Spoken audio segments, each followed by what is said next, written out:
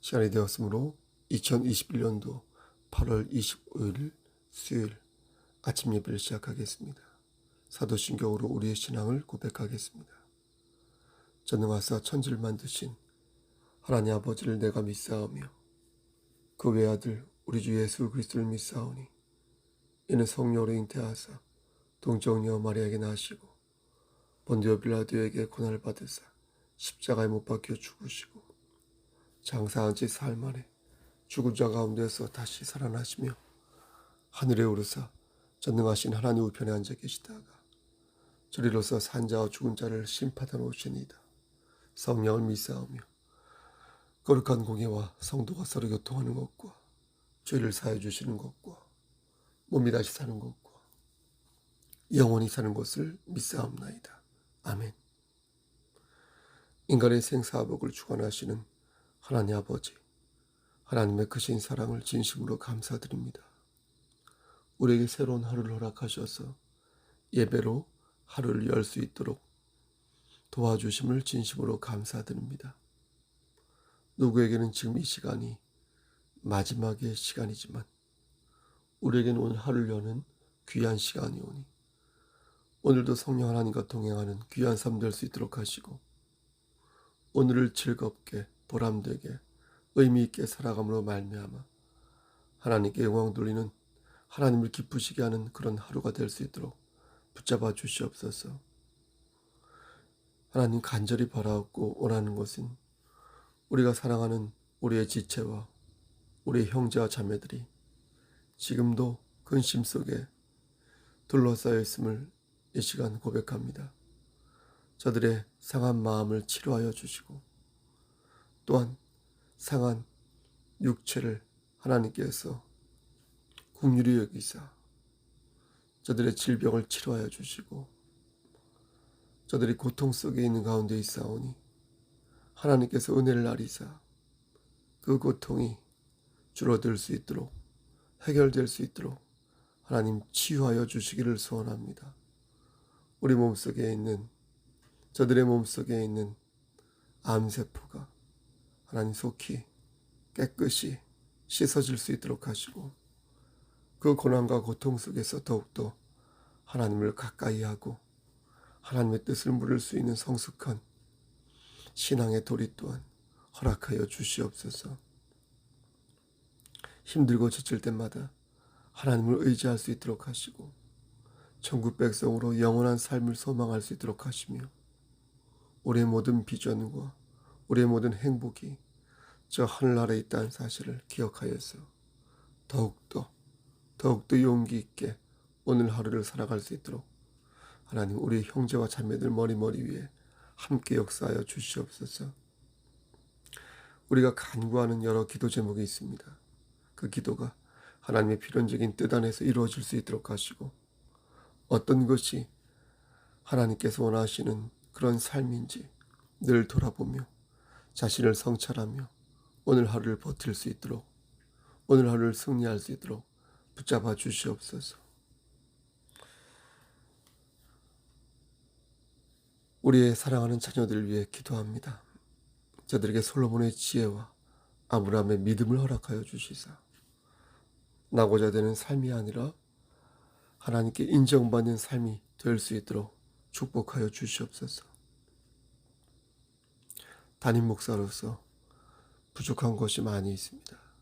하나님, 그러나 하나님 말씀 외의 것을 붙잡지 아니하도록 하시고 그들과 결탁하지 아니하도록 하시고 신앙의 본질과 신앙의 도리를 바로 세워서 바르게 목양할 수 있도록 하나님께서 지혜를 허락하여 주시옵소서. 믿고 의지합니다. 모든 말씀 예수 그리스도인 받들어 감사하며 기도드렸사옵나이다. 아멘. 하나님 말씀 고린도전서 10장 31절에서 11장 1절 말씀입니다. 고린도전서 10장 31절에서 11장 1절 말씀입니다. 신약성경 275쪽입니다. 고린도전서 10장 31절입니다. 그런즉 너희가 먹든지 마시든지 무엇을 하든지 다 하나님의 영광을 위하여 하라. 유대인에게나 헬라인에게나 하나님의 교회나 거치는 자가 되지 말고 나와 같이 모든 일에 모든 사람을 기쁘게 하여 자신의 유익을 구하지 아니하고 많은 사람의 유익을 구하여 그들로 구원을 받게 하라. 1절 내가 그리스도를 본받는 자가 된 것 같이 너희는 나를 본받는 자가 되라. 아멘. 하나님, 부족하지만 말씀을 바르게 전할 수 있도록 주여 함께하여 주시옵소서. 예수 그리스도인 받들어 감사하며 기도드렸사옵나이다. 아멘. 성경에 기록된 사도 바울의 말씀 중에서 제가 참 좋아하는 말씀이 있습니다. 고린도전서 8장 2절 말씀이 그것인데요. 제가 한번 읽어보겠습니다. 만일 누구든지 무엇을 아는 줄로 생각하면 아직도 마땅히 알 것을 알지 못하는 것이다. 그러니까 우리가 안다고 생각하면 사실 모르는 것이다 라는 것입니다. 마땅히 알아야 할 것을 내가 안다고 생각하는 순간 정작 아는 게 아니라는 것입니다. 이 말씀의 뜻은 우리가 어떠한 자세로 하나님을 섬겨야 하는지, 또 어떠한 자세로 교회를 세워야 하는지, 또 어떠한 자세로 세상을 살아가야 하는지를 잘 보여주는 말씀이라 하겠습니다. 성경에 나오는 인물들은 다른 세상에 사는 사람들이 아닙니다. 우리나 그들이나 똑같이 이 지구에서 물리적 시간과 공간 안에서 살고 있는 사람들이 아니겠습니까? 따라서 우리가 겪고 있는 어려움을 사도 바울도 똑같이 경험하였습니다. 물질, 권력, 건강, 이성, 정욕 이런 것들은 사도 바울이나 우리나 모두 똑같이 겪는 바이고 또 가지고 있는 바이고 당시의 초대교회 역시 지금 한국에 있는 이 세계에 있는 많은 교회들처럼 이모저모의 어려움을 똑같이 가지고 있었던 것입니다. 하나님께서 바울 서신을 하나님의 말씀으로 남기신 이유는 우리 같은 후대의 신앙인들을 위해 남기신 것입니다. 우리는 이 말씀을 묵상하면서 어떻게 교회가 교회될 수 있고 어떻게 진리를 세워가며 그리스도를 닮아갈 것인지 고민하고 노력하며 사는 것입니다. 확실하게 말씀드릴 수 있는 것은 완벽한 교회는 없다는 것입니다. 완벽한 교회가 있다고 말하는 순간 그 교회는 여러분 우상이 되는 것입니다. 우상. 그 교회는 우상. 목사를 받들고 교회를 받들고 정치적으로 혈안이 되고 정치적으로 이념적으로 점철되고 그런 교회는 우상이 되고 마는 것입니다. 완벽하고 순전한 존재는 여호와 하나님 외에는 존재하지 않는다는 사실을 우리는 기억해야 할 것입니다. 착각하면 안 된다는 거예요. 내가 가지고 있는 신념, 내가 가지고 있는 이념, 내가 가지고 있는 세계관 좋지요. 자유입니다. 갖지 말라는 게 아니에요. 근데 그것이 진리이냐 생각하지 말라는 거예요. 그리고 그것이 하나님의 뜻이냐 또 신앙의 도리이냐 과신하지 말라는 겁니다. 착각하지 마십시오. 그 자체가 우상이 된다는 것입니다. 오직 완벽하고 순전한 존재는 여호와 하나님 외에는 존재하지 않는다. 이 사실을 꼭 기억해야 할 것입니다. 예수님도 마찬가지입니다. 가끔 사람들 중에 예수님이 고난을 받으셨고 십자가에 달리셨으니까 예수님에게 결격사항이 있는 거 아닙니까 목사님? 이렇게 말하는 사람들이 있는데 천부당 만부당한 얘기입니다. 이사야서 53장 11절 말씀을 보면 하나님께서 당신의 독생자 예수 그리스도를 향하여 하신 말씀이 있습니다. 우리는 이 말씀에서 예수님의 순전함을 보장받을 수 있습니다. 내용은 이렇습니다. 그가 자기 영혼에 수고한 것을 보고 만족하게 여길 것이라. 그러면서 이어서 나의 의로운 종이 자기 지식으로 많은 사람을 의롭게 하며 또 그들의 죄악을 친히 담당하리로다. 그러니까 하나님께서는 예수님을 뭐라고 부르셨냐면 의로운 종이라고 부르셨다는 거예요. 여기서 의롭다는 말은 서비스를 잘하는 그런 종을 뜻하는 게 아니라 완벽하다, 완전하다 이런 뜻을 가지고 있습니다.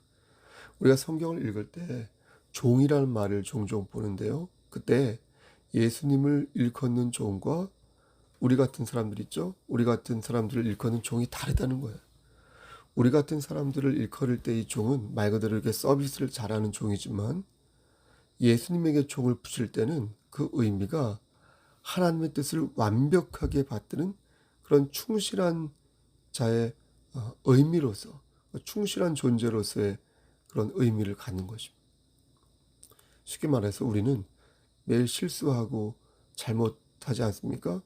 그러다 가끔 칭찬받는 거죠.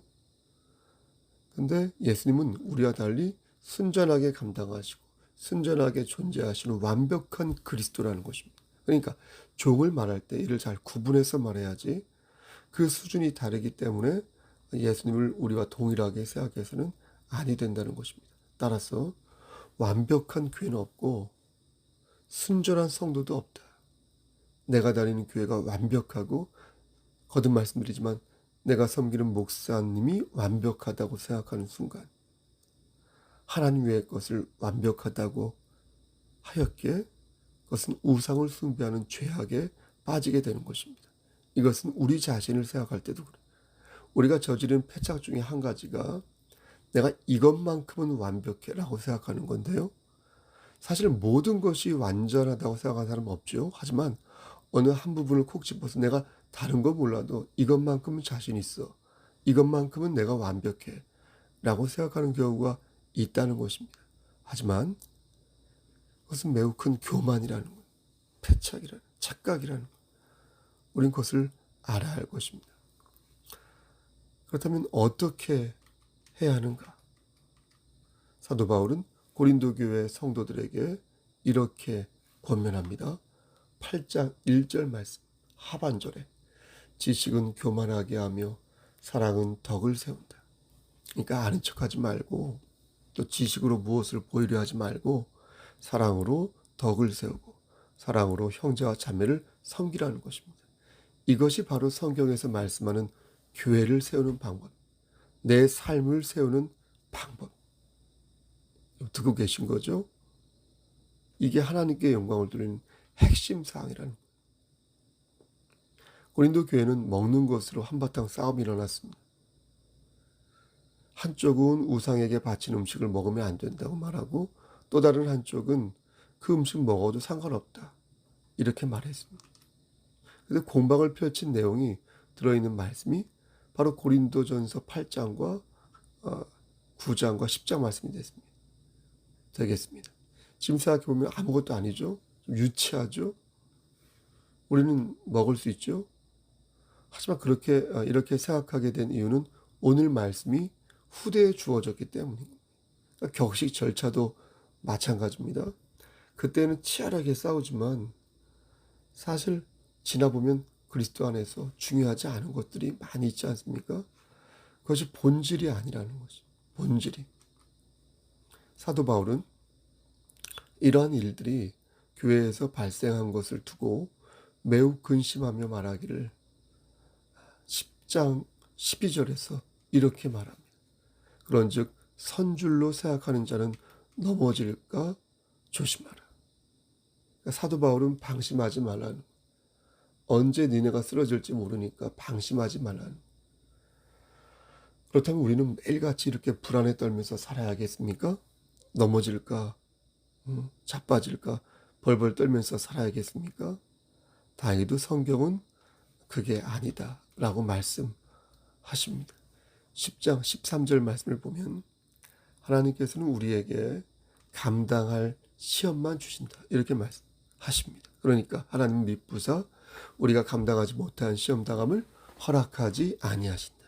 그래서 시험에 빠져서 우리가 허덕이고 있을 때 하나님께서 우리에게 그것을 빠져나갈 마음과 능력을 주신다.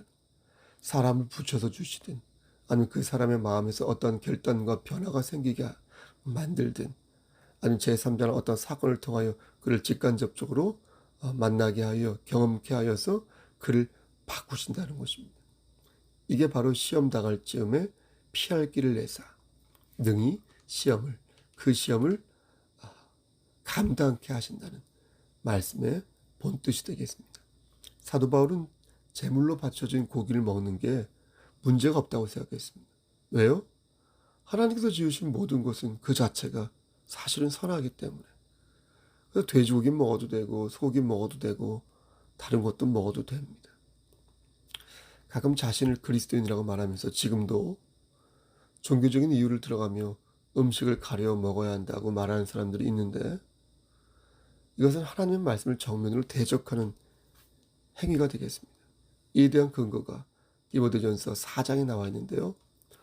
후일에 어떤 사람이 믿음에서 떠나 미혹하는 영과 귀신의 가르침을 따르라고 말하는데 그들은 말하기를 결혼하지 말아라. 어떤 음식은 먹지 말아라. 이렇게 말한다는 거예요. 그때 너희는 주목하여 그들을 보아야 할 것이다. 그들은 양심의 화인을 맞은 자이다. 그들은 외식함으로 거짓말을 하는 자들이다. 여러분, 양심의 화인을 맞은 자 우리 주변에 많이 있지 않습니까? 여러분, 그리스도인이라고 하지만 외식함으로 거짓말을 하는 자 우리 주변에 많이 있지 않습니까? 그러면서 사도 바울은 4장 4절에 말씀하시기를 하나님께서 지으신 모든 것이 선함에 감사함으로 받으면 버릴 것이 없다. 이렇게 말합니다. 그러니까 제물로 바쳐진 고기를 먹는 게 죄가 아니라는 것이. 여기서 중요한 것은 감사함으로 받으면 된다. 감사함. 본질을 알면 은혜 안에서 이해할 수 있다는 것입니다. 제사상에 놓인 음식을 전혀 의식하지 않고 먹어도 그러면 된다는 말인가? 내 말과 행동이 성경적으로 문제가 없다면 막 싸지르듯이 그렇게 해도 된다는 말인가? 목사가 성경에 입각하여 성도들에게 말씀을 전할 때 그것이 성경적으로 문제가 없다면 여러분 제가 막 세게 말해도 되는 것일까요? 여러분 진리를 수호하는 데 있어서 용기를 갖는 것은 매우 중요한 얘기입니다. 여러분 진리를 타협의 대상으로 두고 진리를 정치적으로 이용하는 것은 분명 큰 죄가 많습니다. 하지만 진리를 지킨다고 말을 하면서 정작 자기 자신을 지키는 주의 종들을 보게 된다는 것입니다. 진리를 수호한다고 말하면서 정작 자기 자신의 기득권을 지키려 하는 그런 그리스도인들을 종종 보게 된다는 것입니다. 우린 이것을 구분하여야 할 것입니다. 내가 진리를 지키려 하는 것인지 아니면 나의 가치관, 나의 자존심, 나의 이름, 나의 신념, 세상의 신념 이것을 지키려 하는 것인지 구분해야 한다는 것입니다. 사도 바울은 이 부분을 지적하였습니다. 그래서 지식은 우리를 교만하게 만드니 사랑으로 덕을 세우기를 권면하였던 것입니다. 그래서 내가 안다고 생각하는 순간 사실 그것은 모르는 것이다 라고 말한 것입니다. 제물로 바쳐진 고기를 먹는 것은 성경적으로 볼 때 전혀 문제가 없습니다. 하지만 문제는 그로 인해 누군가 실족함을 당할 때 그는 고기를 먹어서는 아니 된다는 것입니다. 그래서 오늘 본 말씀으로 들어가서 31절에 우리가 어떻게 할 것인가? 그런즉 너희가 먹든지 마시든지 무엇을 하든지 다 하나님의 영광을 위하여 하라. 이렇게 결론을 내린 것입니다. 사도 바울 얘기는 우리의 행위가 중심에 이를 때 반드시 하나님의 영광을 생각하라는 거예요. 내 중심에 과연 하나님이 계신지, 나의 말과 나의 행동이 과연 하나님 보시기에 합당한 것인지, 혹시 나로 인하여 하나님의 영광이 가려지고 있지는 않은지, 나의 행위로 인하여 나의 신념을 그 신념을 통하여 나의 정치공학적인 내가 따른 이념 때문에 혹시 하나님의 영광이 가려지고 있지는 않은지 돌아보라는 거예요. 돌아보라는 거예요. 성경적으로 문제가 없습니다. 그럼에도 불구하고 하나님의 영광을 생각하라는 거예요. 도덕적으로도 문제가 없습니다. 그럼에도 불구하고 하나님의 영광을 생각하라는 거예요. 절대 다수가 다 내 편을 들고 절대 다수가 내 말이 맞다고 합니다. 논리적으로 볼 때, 정서적으로 볼 때, 정치공학적으로 볼 때에도, 여러 차원에서 볼 때에도 내 말이 맞고 우리의 말이 맞다고 합니다. 하지만 그것이 하나님의 영광을 가리는 모습이라면 멈춰야 한다. 여러분, 이것은 진리를 포기하라는 말이 아닙니다. 오해하지 마십시오. 불의와 타협하라는 말씀도 아닙니다. 모든 선택과 모든 판단에 있어서 과연 이것이 하나님 보시기에 덕이 되는지, 또 하나님께 영광을 돌리는 일인지 교회가 고민하고, 성도 개개인이 고민하고 돌아봐야 한다는 것입니다. 그렇다면 왜 우리는 이렇게 피곤하게 살아야 하는 것일까요? 예민하게 살아야 하는 것일까요? 그냥 다수에 의해서, 또 내가 가지고 있는 논리에 의해서, 또 나의 유익과 나의 기쁨을 위해서 그냥 살면 되지. 왜 우리가 이렇게 하나님의 영광을 위하여 살아야 하는 것일까요? 하나님께서는 그 이유를 11장 1절 말씀에서 분명히 말씀해 주고 있습니다. 그것은 바로 우리가 예수를 영접한 사람이기에 그렇다는 것이. 예수를 영접한 사람은 그 중심에 예수가 있기에 하나님의 영광을 생각하지 않을 수가 없다는 것입니다.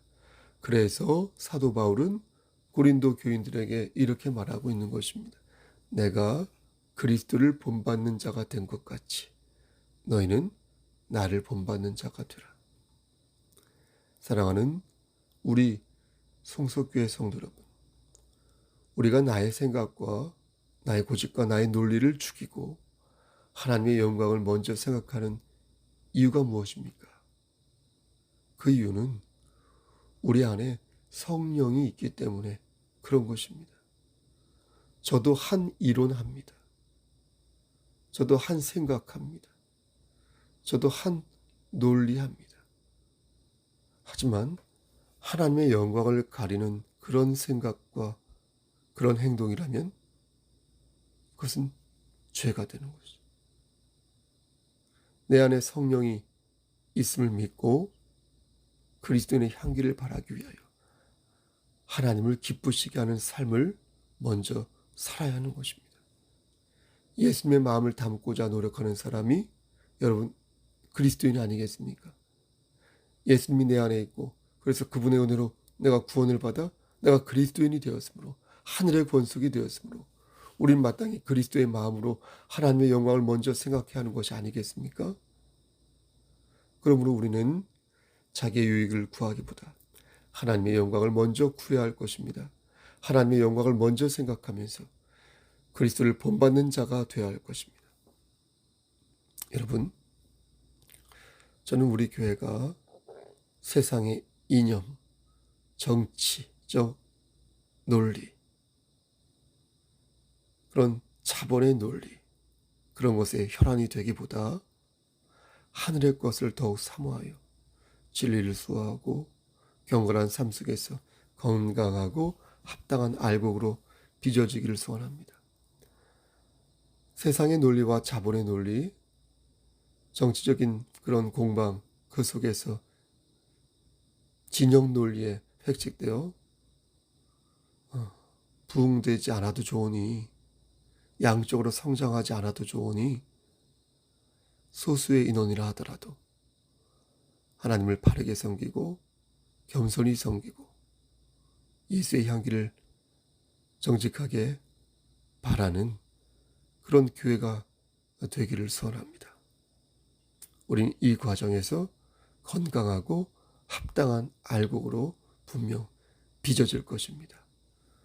여러분, 오늘도 하나님 말씀 안에서 하나님 말씀을 받들고 주 안에서 승리하시기를 우리를 죄에서 구속하여 주신 주 예수 그리스도인 받들어 간절히 축원합니다. 아멘.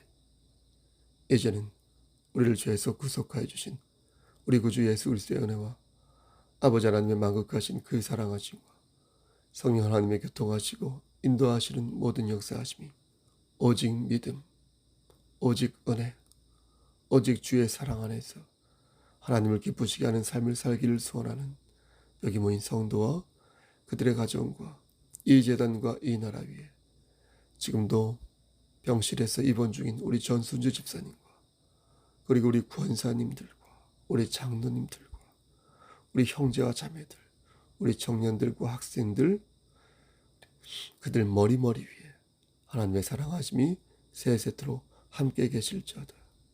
아멘. 여러분, 예배를 마쳤습니다. 오늘은 수요 예배가 있습니다. 역시 비대면 예배로 드립니다. 여러분 힘내시고요. 저도 힘내도록 하겠습니다. 마음 같아서는 대면 예배로 다 돌려서 예배를 드리고 싶은데 이런저런 이유로 비대면 예배로 드리고 있습니다. 하지만 주일 예배는 대면 예배로 드리고 있으니 여러분